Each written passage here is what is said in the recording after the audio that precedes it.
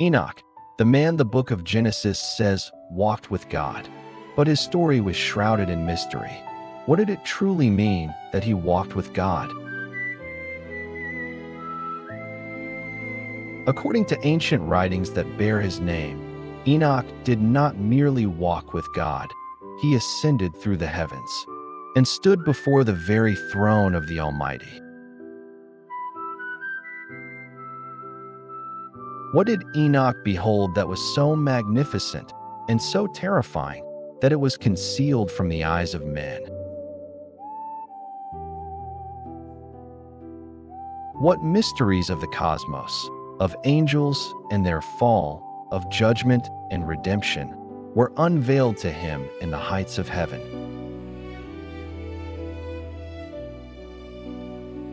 Sit back as I take you through a detailed account of the visions preserved within one of these forbidden writings, the extraordinary revelation known today as the Second Book of Enoch. A presentation brought to you by the Chronicles of Truth, where faith, history, and revelation converge to uncover the untold stories that shaped our world. Through the pages of the Second Book of Enoch, we ascend the 10 heavens, pass through the celestial gates, and behold the unfathomable architecture of creation itself. This is more than a story. It is a revelation, a cinematic journey into one of humanity's most awe-inspiring visions of the divine.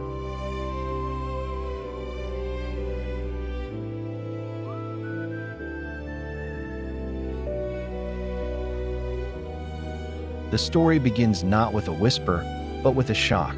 Enoch, a patriarch, seventh in the line from Adam, finds his quiet life suddenly and completely overturned. He wasn't praying for a vision, nor seeking a divine encounter.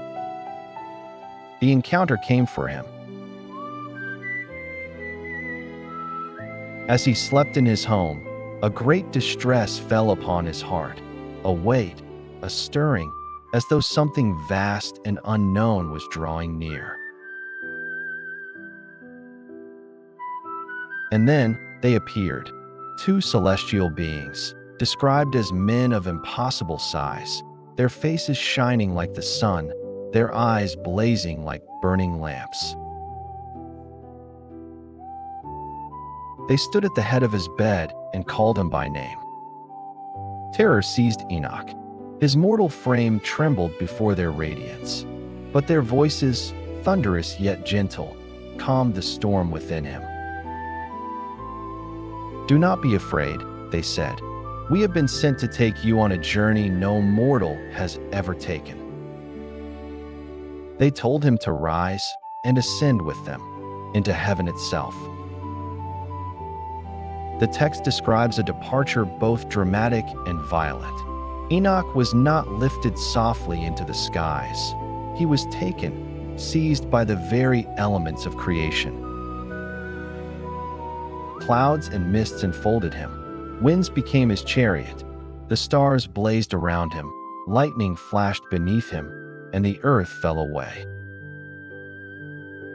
It was a summons both magnificent and terrifying, a raw display of cosmic power that tore him from the world of men and cast him into the realm of the divine.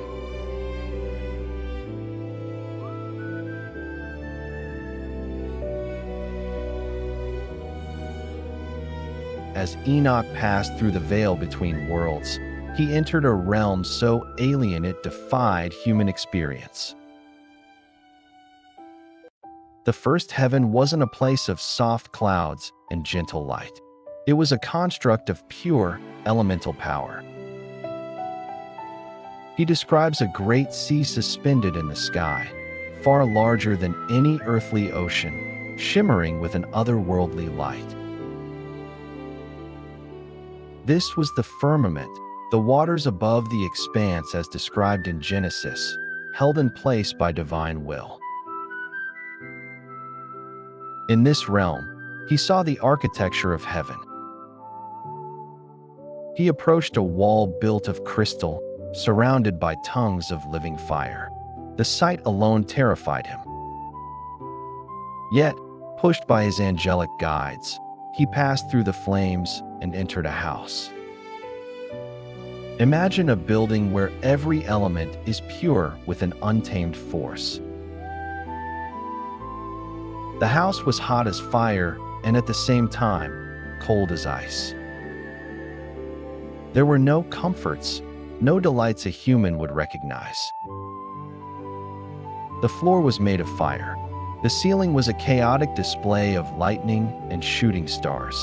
And between them, he saw fiery cherubim. Overcome by fear and trembling, he fell on his face. This wasn't just a place, it was a message. The very entrance to the heavens was designed to show the awesome, unapproachable, and terrifying nature of God's realm. It was making one thing clear: you are leaving the world of flesh and bone and entering a reality of pure spirit and power.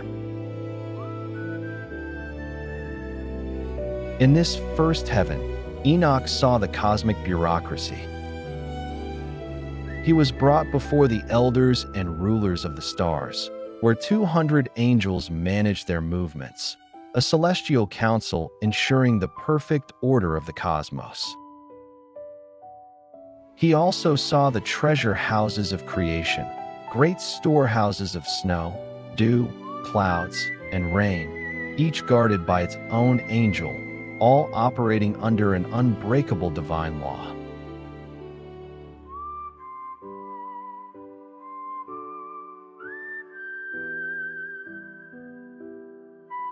His journey continued, and with each new heaven, a more shocking layer of reality was revealed. If the first heaven was a display of ordered power, the second was a realm of deep and terrifying darkness. Suddenly, the light was gone. Enoch was plunged into a gloom so thick, it felt like a physical presence, a prison of shadow. Here, Enoch beheld a realm of eternal despair, where the rebel angels hung bound in chains of light, awaiting the final and terrible judgment decreed by heaven. Their unending cries of agony echoed through the oppressive darkness. This was the holding cell for celestial traitors, where the consequences of rebellion were laid bare.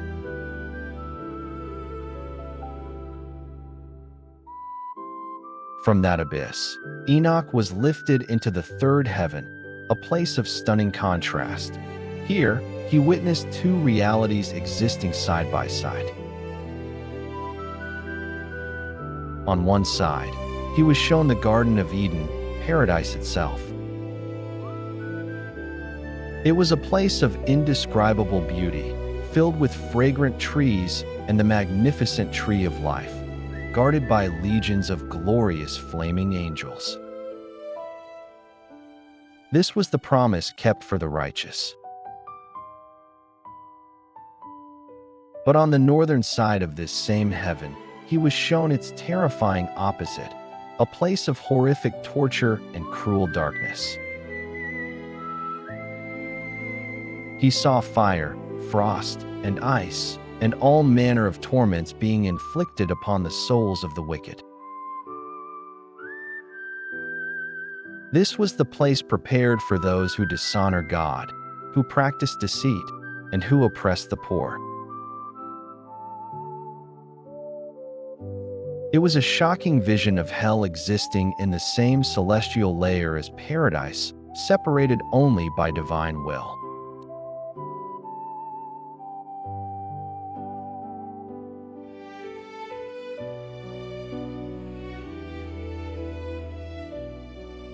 The journey pressed on to the fourth heaven, where the mechanics of time and space were revealed.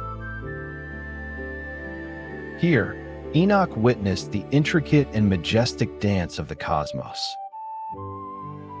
He saw the paths of the sun and the moon, and the great gates in the east and west through which the sun passes each day to regulate the seasons, months, and days.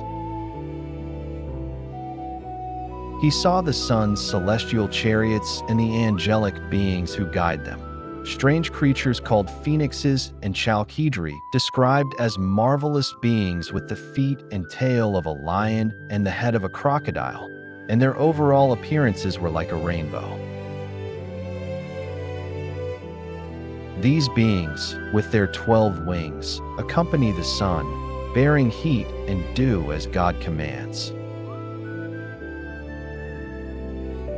He also heard an angelic choir, an army of soldiers whose wonderful singing filled the heavens. This was the great clockwork of the universe, a system of breathtaking complexity and flawless precision. But this harmony was shattered by what he saw in the fifth heaven. Upon arriving, he was confronted by an army of silent, grieving figures. These were the Grigori, or Watchers, the angels who had abandoned their posts. They were giants in stature, but their faces were withered with endless sorrow.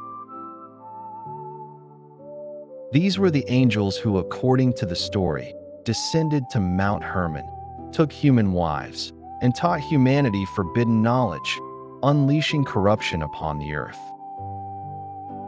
Their prince is even named as Satanel. Seeing their despair, Enoch the mortal man was moved by their sorrow and prayed for them.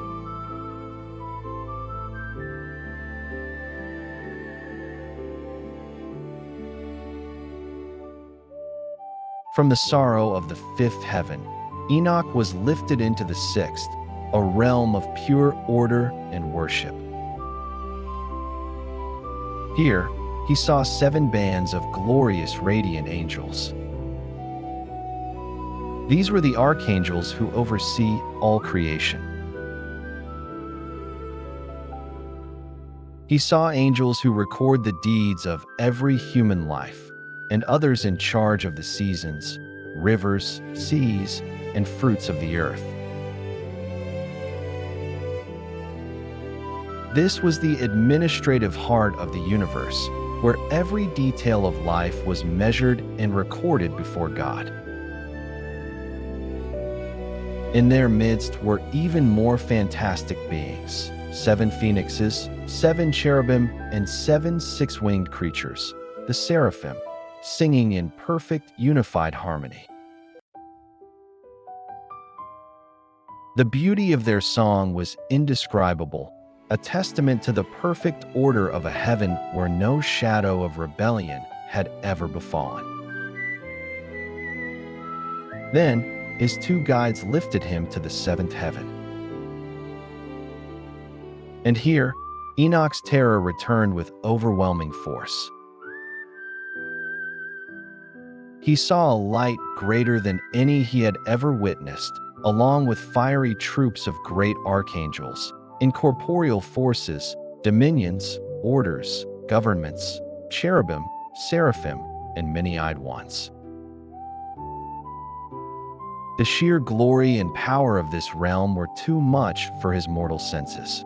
He began to tremble violently. His guides had to physically support him, saying, "Have courage, Enoch, do not fear." From the edge of this 7th heaven, they showed him the Lord from a great distance, sitting on his impossibly high throne. And then, the 2 angels who had guided him departed.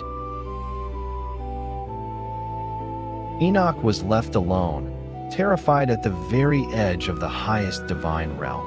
He fell on his face and cried out, "Woe is me! What has befallen me?" In that moment of absolute terror, the archangel Gabriel appeared, catching him up as a leaf is caught up by the wind. and telling him to rise and come before the face of the Lord into eternity.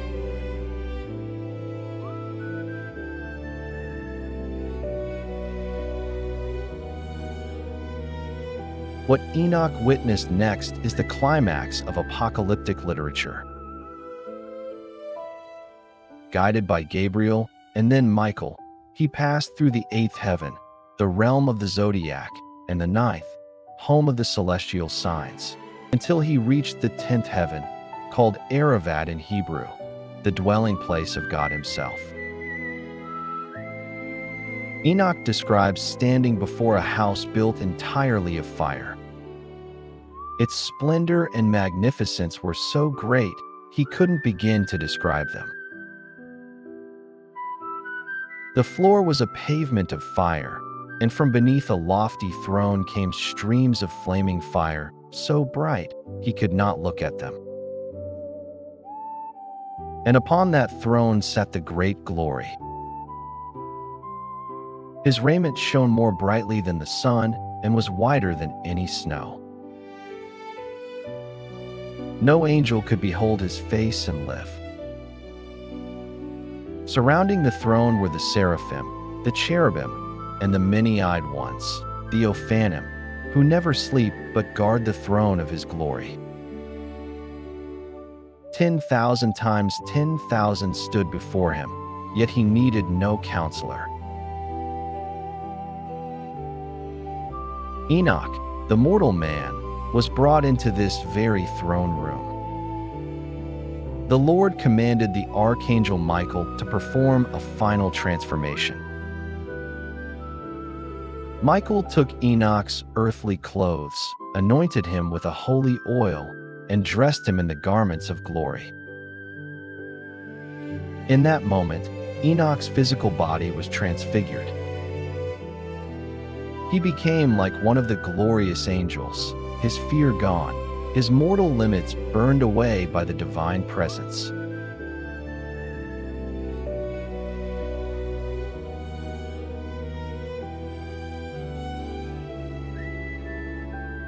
Enoch's journey wasn't just for his own enlightenment. God gave him a new purpose. The archangel Pravuel was commanded to bring out the books from the heavenly storehouses and give Enoch a reed for quick writing. For 35 days and nights, Enoch sat and wrote. He transcribed everything he had seen, all the works of heaven, earth, and sea, the laws of the cosmos, the number of angels, and the lives of humanity. He filled 366 books with this celestial knowledge, becoming the Scribe of God. His journey didn't end there. The Second Book of Enoch says he was returned to earth for 30 days to share this knowledge with his sons. He was a changed man, his face glowing with a light his own family could not bear to look upon. He gathered them and shared the divine mysteries, the story of creation, the structure of the heavens, and the judgment awaiting fallen angels and unrighteous men. He spoke of the coming flood that would wash the earth clean of the violence wrought by the Nephilim, the giant offspring of the fallen watchers. And he spoke of a final judgment at the end of days. He commanded his children to live in righteousness, care for the poor, and walk before the face of the Lord. When his 30 days were done, the angels descended once more. This time, there was no violent storm. In the presence of his family, they took him upon their wings and carried him back to the highest heaven, to remain there for eternity.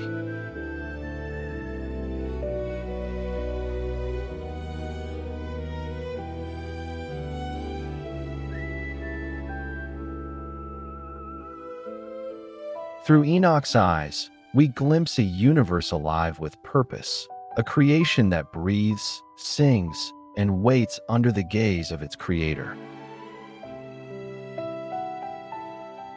His journey reminds us that humanity was never meant to dwell only in dust, but to rise, to reach for the divine, even when the heavens seem beyond our grasp. In every age, the story of Enoch whispers the same truth, that righteousness lifts a man higher than power, higher than knowledge, higher even than death itself. And though his footsteps vanished into the clouds, his words remain, echoing across millennia, a testimony that the unseen is more real than the world beneath our feet. So the next time you look up at the stars, remember, each one burns with order, judgment, and mercy, the same forces that carried Enoch from the earth into eternity. But what do you think of this extraordinary journey? Was Enoch's ascension a literal map of the cosmos, or a divine allegory meant to reveal the hidden order of creation? Let us know your thoughts in the comments below, and tell us what ancient mystery or forgotten story you'd like us to explore next. If you found this exploration into the books of Enoch fascinating, give this video a thumbs up, and most importantly, subscribe to the Chronicles of Truth, where faith, history, and revelation converge to uncover the mysteries that shaped our world. Thank you for watching, and until next time, keep seeking, keep watching, and keep questioning.